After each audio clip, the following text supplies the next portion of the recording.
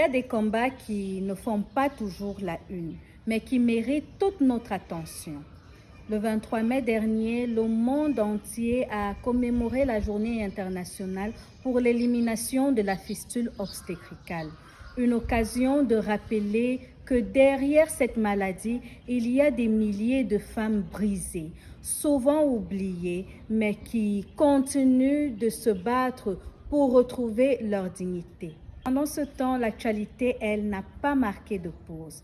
Politique, société, sport, culture, les faits marquants du week-end ont continué de rythmer le quotidien. Installez-vous, l'essentiel de l'actualité, c'est maintenant. Les fidèles chrétiens du Cameroun et du monde entier ont célébré hier dimanche la Pentecôte. Célébrée 50 jours après la Pâque, cette fête commémore la descente de l'Esprit Saint sur les apôtres. C'est avec cette célébration que s'achève le temps pascal. En Arabie Saoudite, les musulmans camerounais se joignent aux musulmans du monde entier pour le grand pèlerinage à la Mecque. Le baccalauréat général débute ce lundi 25 mai 2026 sur toute l'étendue du territoire camerounais. Le patrouilleur CNS Daban a intercepté le 23 mai 2026 au large de Limbé une pirogue transportant 45 000 litres de carburant de contrebande. Selon les autorités, l'embarcation de type Cotonou transportait 150 fûts d'essence ainsi que 14 membres d'équipage sans pièces d'identité. Le bateau a été dérouté vers le quai du chantier naval et industriel de Limbé pour les besoins d'enquête. Cette opération s'inscrit dans la lutte contre la contrebande de carburant, un phénomène que le gouvernement camerounais considère comme une menace pour la sécurité publique et l'économie nationale. Le 4e recensement général de la population et de l'habitat du Cameroun connaît un sérieux coup d'arrêt à quelques jours de l'échéance du 29 mai 2026.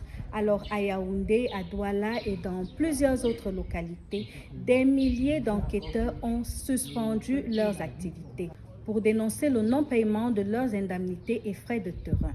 Un mouvement qui menace la collecte des données d'un recensement crucial pour la planification du développement national, alors que le précédent exercice remonte en 2005. Le Cameroun a rendu un ultime hommage à Kavayegue Djibril. L'ancien président de l'Assemblée nationale a été élevé à titre posthume à la dignité de grand cordon du mérite camerounais lors des obsèques officielles organisées le 23 mai 2026. Décédé à l'âge de 86 ans, le patriarche Elamido a été inhumé à Mada, son village natal, conformément au rite musulman. Figure emblématique de la vie politique camerounaise, Kavayegue Djibril laisse l'image d'un homme d'État ayant durablement marqué l'histoire parlementaire du Cameroun. À Yaoundé, le supermarché Sinomat a rouvert ses portes le 22 mai 2026, après plus de 2 semaines de fermeture. Lié à l'affaire de violence sur un employé camerounais, l'établissement avait été fermé par les autorités après la diffusion d'une vidéo ayant provoqué une vive indignation dans l'opinion publique. Le Maroc élimine les Lions, battus 1-0 lors des quarts de finale de la CAN U17. Ainsi s'achève l'aventure des poulains d'Alioum Saïdou.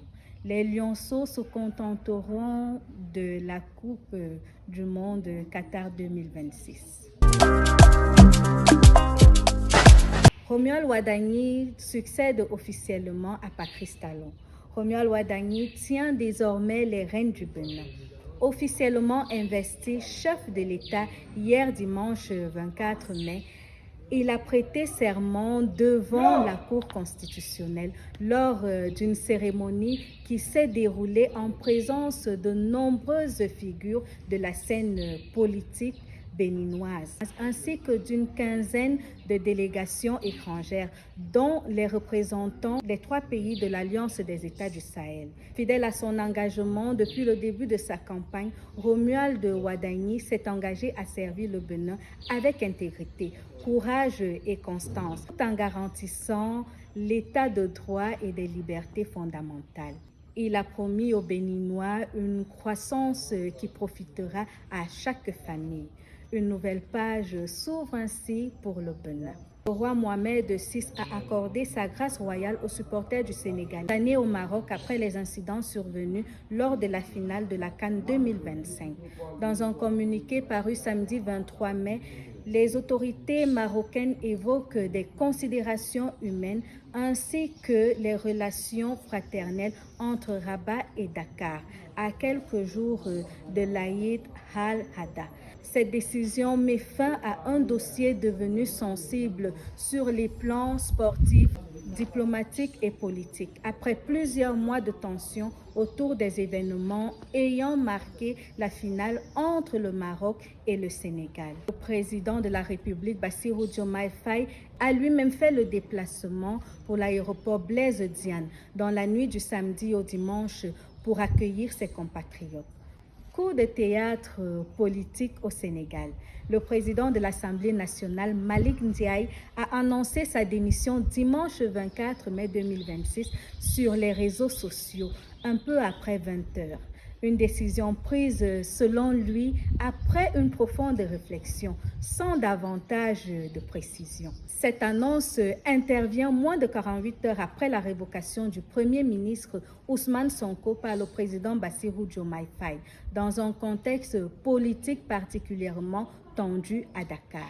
Toujours au Sénégal, le président Bassirou Diomaye Faye met fin, comme nous le disions plus haut, aux fonctions de Premier ministre de Ousmane Sonko.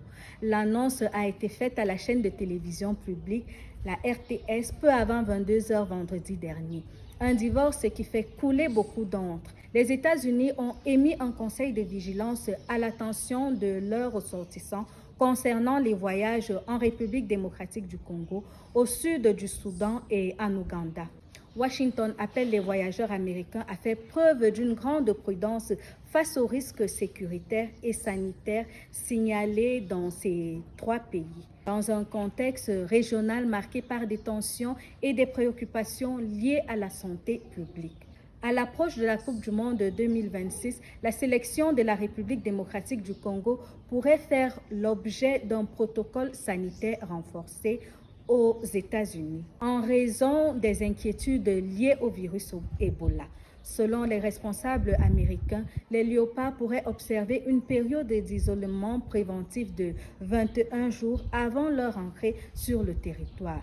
Une mesure envisagée dans un contexte de recrudescence des cas d'Ebola dans l'est de la RDC. Donald Trump appelle ses négociateurs à ne pas se précipiter pour conclure un accord avec l'Iran. Le Liban annonce 11 morts, dont 6 femmes et un enfant, dans une frappe israélienne samedi dernier. 33 navires ont franchi le détroit d'Ormuz depuis 24 heures. Les gardiens de la révolution ont déclaré que 33 navires avaient franchi le détroit d'Ormuz au cours des dernières 24 heures, après avoir reçu une autorisation iranienne, rapporte l'agence de presse iranienne. Un couple et leur bébé tués par une frappe israélienne à Gaza. Une frappe aérienne israélienne sur le centre de la bande de Gaza a tué dans la nuit de samedi à dimanche 3 membres d'une même famille. Un week-end marqué par des enjeux majeurs au Cameroun et dans le monde entier. Place à une nouvelle semaine où la communauté internationale célèbre ce 25 mai la Journée mondiale de l'Afrique. C'était tout pour l'essentiel de l'actualité de ce week-end. L'information continue et nous aussi. Restez connectés sur OTV4.